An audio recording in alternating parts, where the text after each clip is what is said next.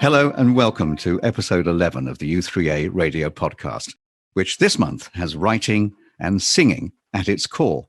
I'm Nick Bailey, and in this edition we hear from the winners of the u3a Creative Writing Competition. My current novel, or not current, the one that I'm trying to get published, is actually about a stack of letters that's found, and they're from a First World War young man to his love back in England. And we talk to the director of the u3a choir about the difficulties of recording during lockdown. If you've ever tried singing to a microphone and you haven't got an audience, it is one of the hardest things you can do. We'll hear their latest offering called After the Storm at the end of the podcast. But first, we talk to a rock star, or more prosaically, someone who loves to study rocks. Certainly that's the case with Martin Eels, a member of Sutton u3a, who's given talks to u3as nationwide. He's spent his life travelling the world as a geologist in the search for oil and gas. And Ella Watts wanted to know which place fascinated him most. One of, I think, the most interesting was the Oman. And I went there, that was about my very first posting. And I went there when the Oman was still at the time of Sinbad the Sailor, up in the mountains, that oil money hadn't started to flow. And you could really see what it had been like that 2,000 years ago. You could go up in the mountains and you can see the little hamlets, how they had done things for thousands of years. So which part of the geological timeline really grabs your interest the most? When I first went to university, we just had an idea of continents probably drifted around the globe a bit.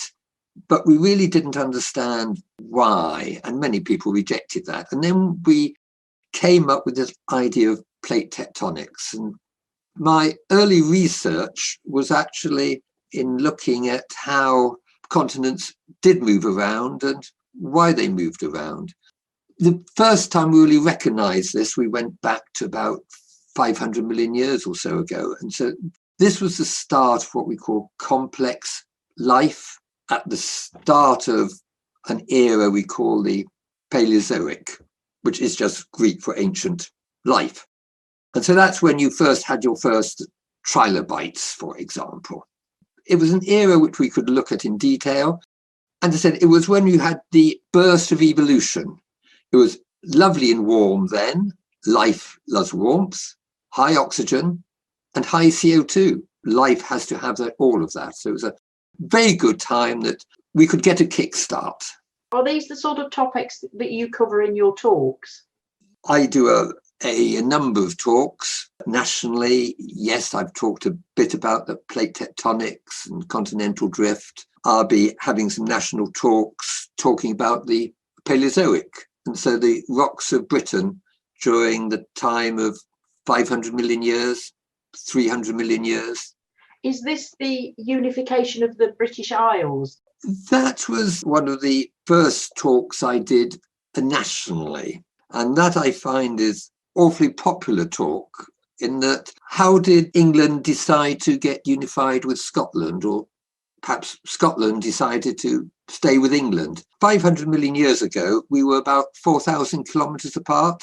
Scotland was at the equator and England was around the South Pole. And so it was frightfully lovely and warm up in Scotland, terribly cold in England. England obviously decided they had had enough of that. And so they hurtled northwards and collided with Scotland. And it's interesting, that happened actually about 400 million years ago. And I find it awfully useful to sometimes say, when was the unification of Scotland with England? Remember at school, it was James I, James VI of Scotland, James I of England, 400 years ago.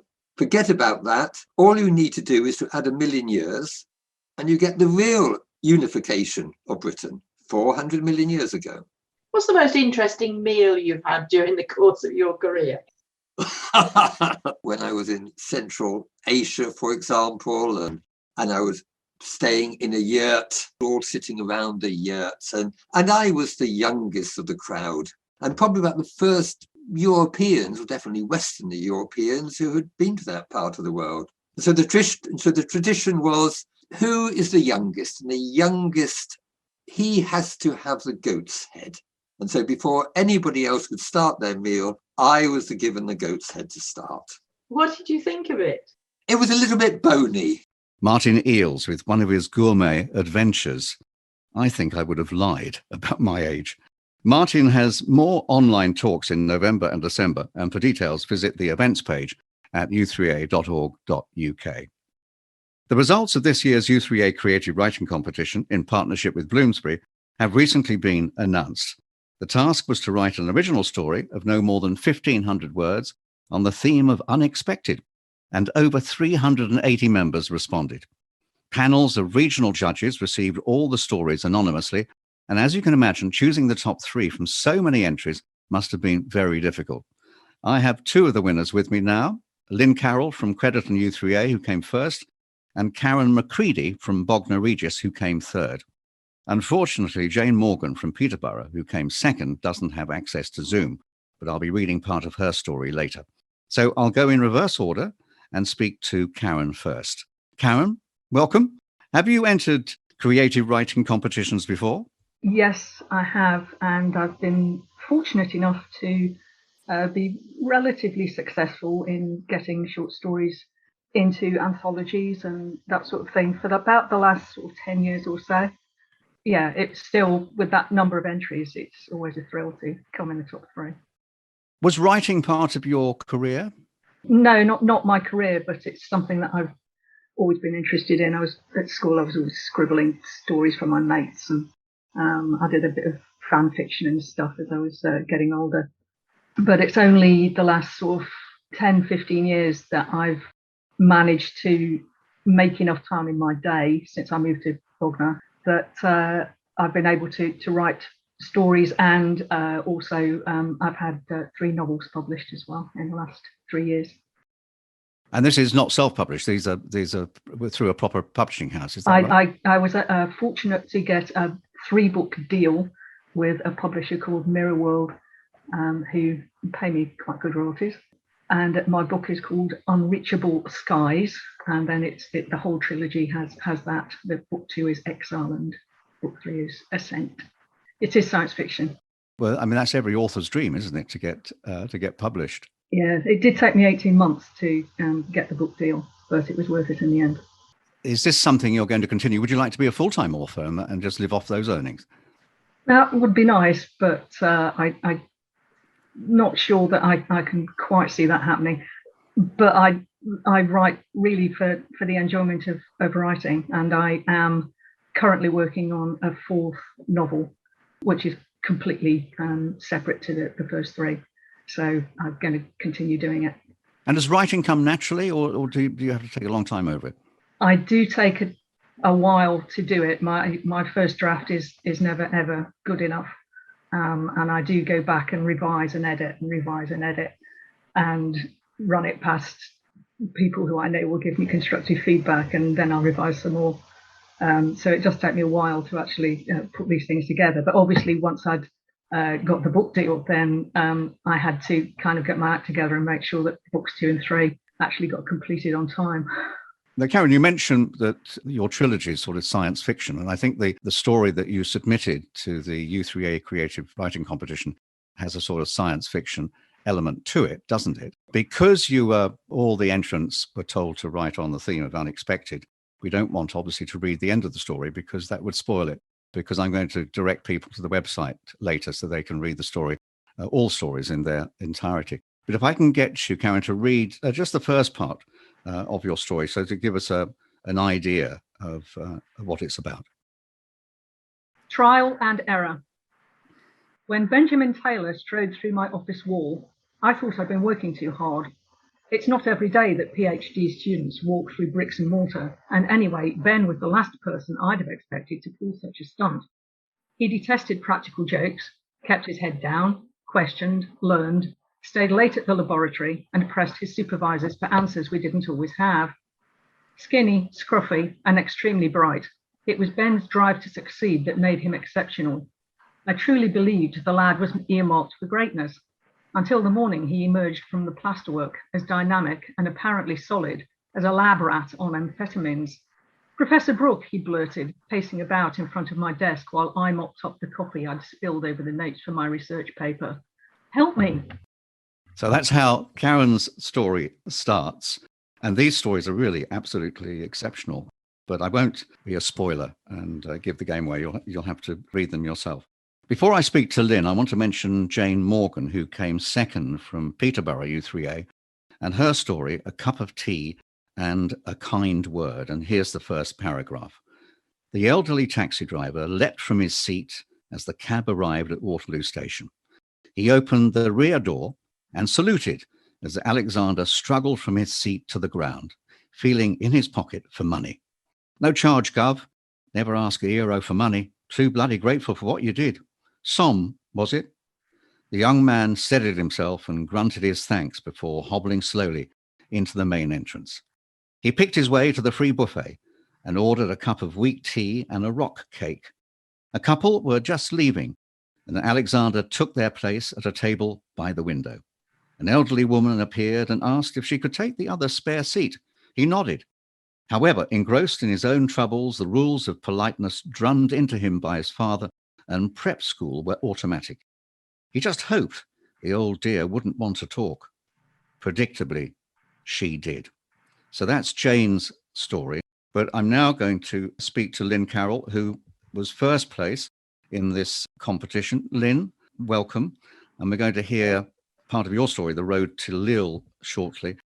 Talking to Karen earlier, and she's had this book deal, I think a trilogy of books with an actual proper publisher. Is that something that you've managed to do or certainly want to do?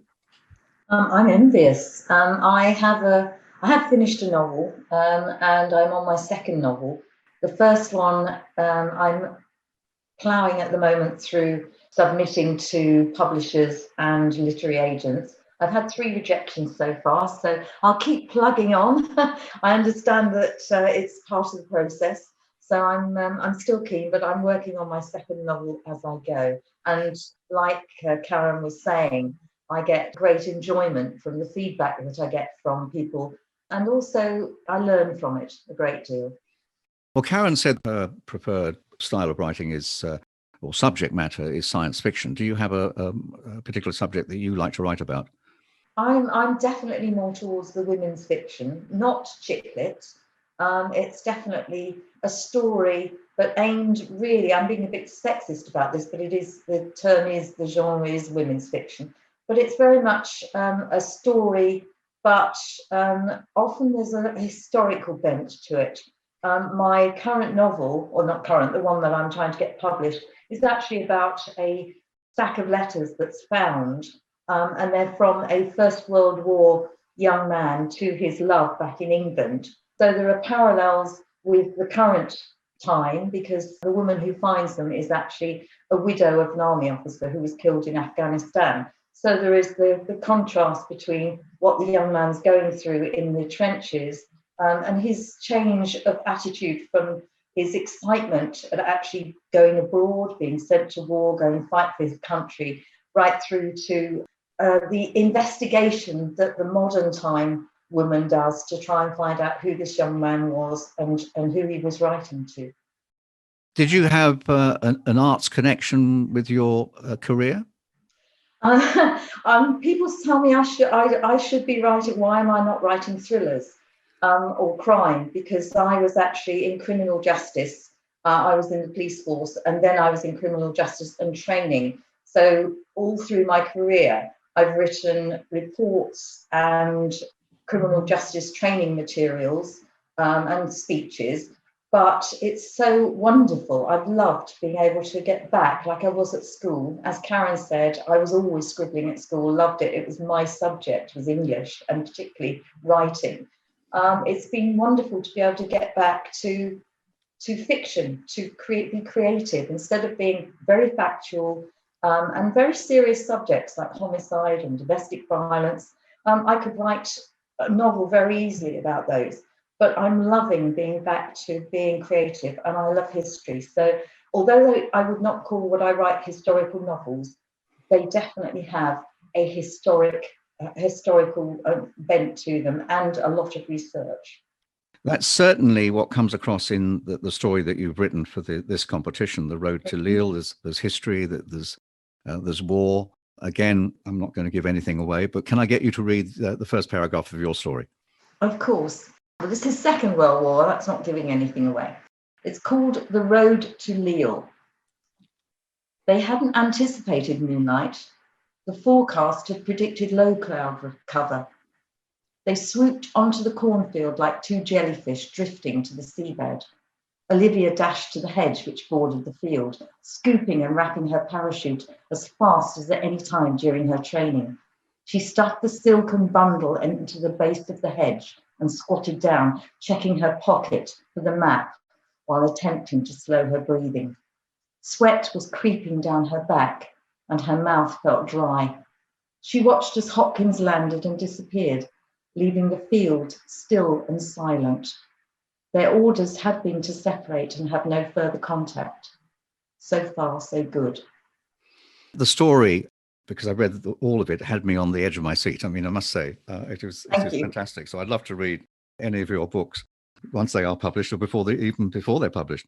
Would you consider expanding on this and making this a full novel? I could. I'm not sure I'd use exactly that, but it's certainly given me some ideas as to, I really like the character. And it's strange, when I've written, and with my first novel, I was almost disappointed when I finished. And Karen's said hers was a series of 3, which is wonderful. I wish in a way I had started the story as a 3, because I miss the characters. You get to know the characters so well. I mean, my story is 65,000 odd words, my novel, and those characters become real. And I miss them. So I might consider making this into a full-time story, a full novel. Karen, listening to Lynn there, and I asked the question about whether she'd maybe want to extend what she entered for the competition to a full-blown novel. Would you be tempted to do the same with your story? No, if I get the idea for a short story, it tends to stay a short story. Whatever I write, I do need to know, before I put anything down on paper, I need to know how it's going to end. I can't just find a character and kind of wing it and see where they go, the way that some people quite cleverly do. So once I've got the beginning and the end in my head, and then I sort of fill in the middle, then that tends to be it. I mean, I asked you about whether your career had anything to do with writing, but did it have anything to do with science fiction? No. Well, I did 23 years in the civil service, so you can work that one out for yourself. Well, that says it all, really, doesn't it? It does. Well, Karen and Lynn, thank you very much indeed. And in absentia, Jane Morgan, congratulations, all of you, the top 3 winners out of 382 entries. I mean, that is some achievement. And I wish you the best of luck, Karen, with your continued publishing of the books that seem to be very successful. And of course, Lynn, I hope you do get eventually your first novel published. Thank you both. And Jane, who will be listening to this, thank you all very much. Thank you. And to read the top 3 stories in their entirety, and indeed all the runners-up, just go to our website at u3a.org.uk. We move on now from writing to singing. During our various lockdowns, lots of ingenious ways of listening, learning, and performing have emerged. One popular idea has been virtual choirs, and this has led to a special u3a song with a choir of members from all around the country. It's the brainwave of amateur composer and singer Richard Keogh of Plymouth u3a. Called After the Storm, a reference to life after lockdown, it's a video of music and art. But as he explained to Joanne Watson, he knows that singers need to hold their nerve when recording their voice at home alone. If you've ever tried singing to a microphone and you haven't got an audience, it is one of the hardest things you can do. Not only that, if you're in a choir, you've got people either side of you, and you've got some sort of guide, and you think, oh, I'm doing a bit wrong there, I'll correct that a little bit, and you've got rehearsal and rehearsal before you have your performance. When you're working on your own, you haven't got that support network. It's just you and a microphone and some earphones. I find it very difficult indeed. I did say when I spoke to them all, it doesn't matter if you're off a little bit, if you think your voice is terrible, it's okay, because I'm going to do it as well. And I'm going to have the same feelings as you are when it comes to recording your voice. And it's okay, because if you go wrong, I can correct it. I can push it up, I can push it down, I can move it to the left, move it to the right, and just bring it together so it sounds just right. And I had quite an enthusiastic response. 40 or so people who sent in their recordings, some of which actually sent more than one recording of themselves. So if you can imagine, if you can put the same person on each track singing over, you get a choir. And it's a long process, but at the end result is very, very pleasing. One thing that's interesting is that your choristers come from all around the country, don't they? They're not just with you in Plymouth. You've got them hundreds of miles away. I had two assistant leaders, Sandy from Bromley and Jane from the Wirral. One looked after the sopranos, one looked after the altos when we were rehearsing.